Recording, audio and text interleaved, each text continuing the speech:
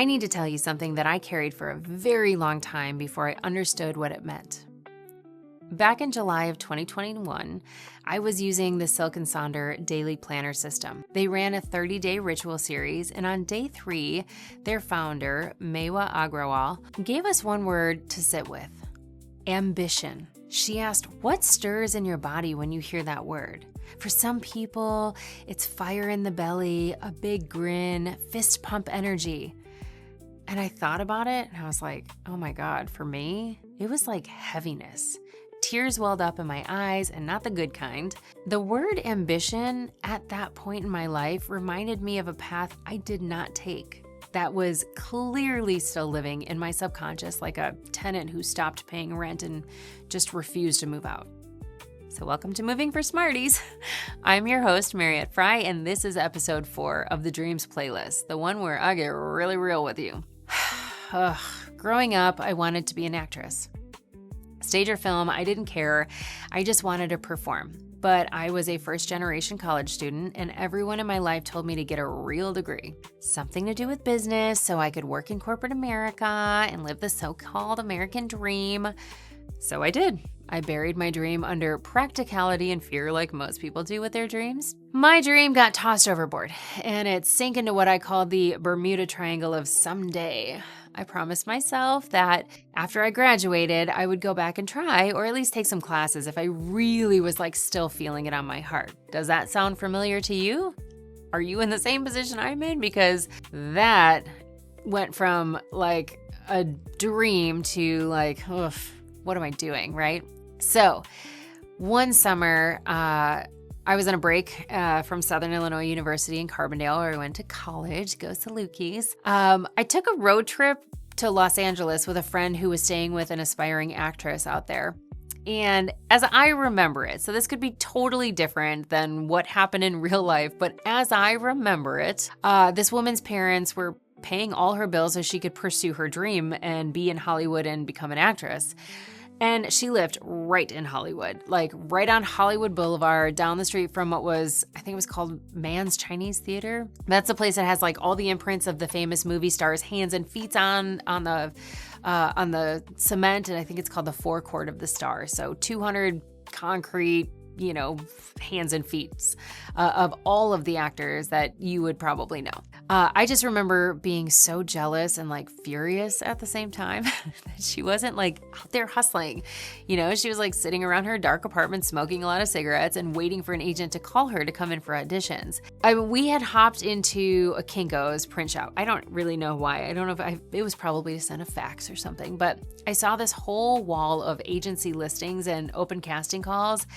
And I was like, she could be taking advantage of those. She had so many resources available to her, and she wasn't even acting on them. No pun intended. But who knows? That could have not actually been what was happening there. She could have taken the week off. We were visiting, right? But when we weren't there, in my head, I just remember thinking oh my gosh, if my parents were paying for me to pursue my dream, I'd be doing everything in my power to make it work because they were giving me a leg up, right? We didn't have the internet back then. So there weren't sites like Backstage or Actors Access where you could, go now and just, find a part in your area and go audition for it. But I just remember coming back to school that fall so fired up that I switched my major to public relations because it was the only major I could take theater classes in and still get a business degree, or a real degree as everybody was wanting me to call it. But ironically, I got a PR degree, which is barely relevant anymore, what I actually studied. It's all done by AI, or it's all social media focused now, which is kind of cool. I kind of wish I was there for that.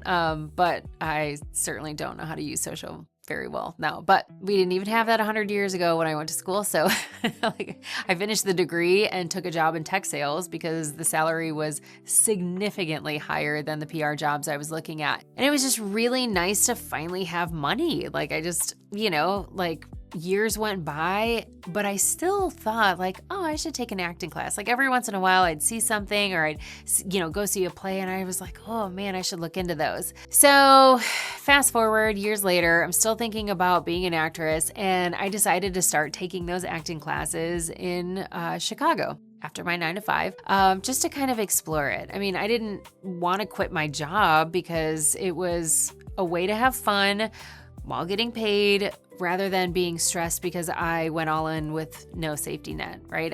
I'm very risk averse. But I took a few improv classes at Second City, like right when I got out of school, and a few TV and film classes at a couple other local schools. And when I moved to San Diego and San Francisco and New York City, I even took an improv class at Upright Citizens Brigade, which is the school that a few pretty famous improv stars started. One is Amy Poehler, which I think you would know. But after about a year and a half, I moved back to Chicago because my grandfather was ill and my uncle had cancer. And I really just wanted to be closer to my family. And after being back in Chicago for a few years, I started working for a startup. And about 10 months into the job, we were acquired by a really big company and I got laid off. And I was able to get a few months severance. And it was, I was like still working, but not really working. I remember my boss specifically said, I was like, so if a call comes in, what do I do? Like, do I answer? And he's like, well, yeah, close the deal if you can, but don't proactively go out and do anything. And that was so foreign to me as a salesperson because I'm still getting paid. They just, were okay with me not doing anything else outside of like closing deals if they came in from ones that I had already started. And I was like, well, what do I do? And he's like, Mariette, it's summer in Chicago. Go find a friend with a boat and drink some wine and eat ice cream. I don't know, do whatever you want. And I was like, oh my gosh, this is like the best thing ever, right? So after I got over like the shock of losing my job, and I actually found a new one relatively quickly. It was nice because they couldn't start me for 2 months and I was getting paid for 2 months. So it was like the optimist in me was going like, do this, like this could be a blessing. You could like maybe lean into acting and see what it's all about and, be a part of the community that you've like been daydreaming about for years now. So I did. And it was so much fun. I mean, it was so fun. I did extra work on Chicago Fire and Chicago PD. My friend Robin's on that show. She's awesome. She's Herman's wife. But I got to meet like Taylor Kinney and, I don't think I was supposed to, but I think because I was friends with Robin, I got to. But anyway, I played a few small parts and, auditioned for a couple independent films, which was really fun. I just did a ton of auditions and I realized I don't love doing auditions. I actually even met with a couple agents, which was really cool. Years later, I did a couple episodes of Bravo's Below Deck Mediterranean, so season 5, 518, 520, if you want to look it up. But I just kept thinking, like, I promised myself that I'd go back and try, and I did. But here's the twist. I got there and I realized it wasn't what I thought it would be. Like, there was a ton of waiting around on sets, and I was just kind of bored out of my mind. I have ADHD, so like me and boredom don't do well when you can't have your phone with you. You just have to sit there and like be in your thoughts. But I also realized like how hard actors work for very, very little money. And it would have been very difficult for me to sustain that lifestyle without being a much better saver than I was at the time. And don't get me wrong, I would make a fantastic host for a TV show. So Netflix and HGTV, if you're watching, let's do this. But here's what I discovered. After years of carrying this dream like a flashing neon light, it was like a big sign of regret. I realized that the dream hadn't died. It just had evolved. So the skills that I built through acting, like storytelling and presence and being comfortable on camera, reading a room, connecting with strangers, which is always awkward for everybody. Like those are the exact skills I use today to coach, to host this channel, to MC events, and to pitch a moving show pilot that I fully intend to bring to a network. I don't know. But it wasn't a failure. It was a divine detour.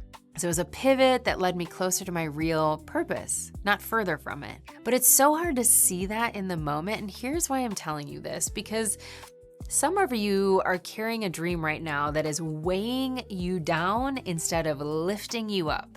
Lifting you up is from God, weighing you down is not. Maybe it's a career that you thought you wanted, or a city that you romanticize because you went there for a weekend with your friends and it was like amazing and you had the best time ever and you just felt like you, right? Could be a relationship you thought would be the one, and the reason it feels so heavy is because you've not given yourself permission to let it evolve or let it go.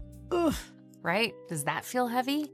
Sometimes the dream we think we want is just the bridge to the one we are meant to pursue. And as my friend Ange Bernard, she's the host of the Intentional Mind podcast, says, quality questions equal quality life. So here's your exercise, and this one's important. Write it down. A detour from your own life. Maybe it was a job that didn't work out, or a relationship that ended, or a plan that changed. But I want you to ask yourself, like, what did I learn from that?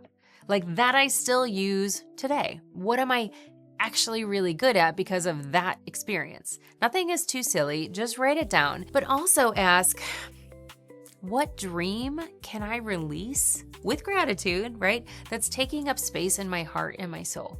That's not allowing me to move forward in a way that is aligned to my skill sets from all those things that I've explored in the past. You guys, dreams evolve.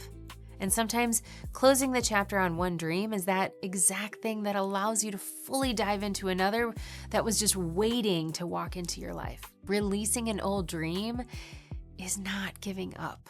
It's growing up, right? In the best possible way. So if you've ever felt like you've made the wrong choice, right? Remember that the path gave you data, and data gives you direction, just like that.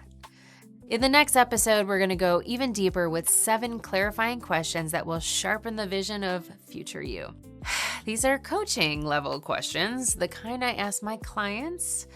I want you to have the data you need to make decisions you are very, very proud of. That's what I'm going to leave you with. So stay tuned for next week. Next episode is going to be a good one. It's going to be 6 questions to sharpen your dream.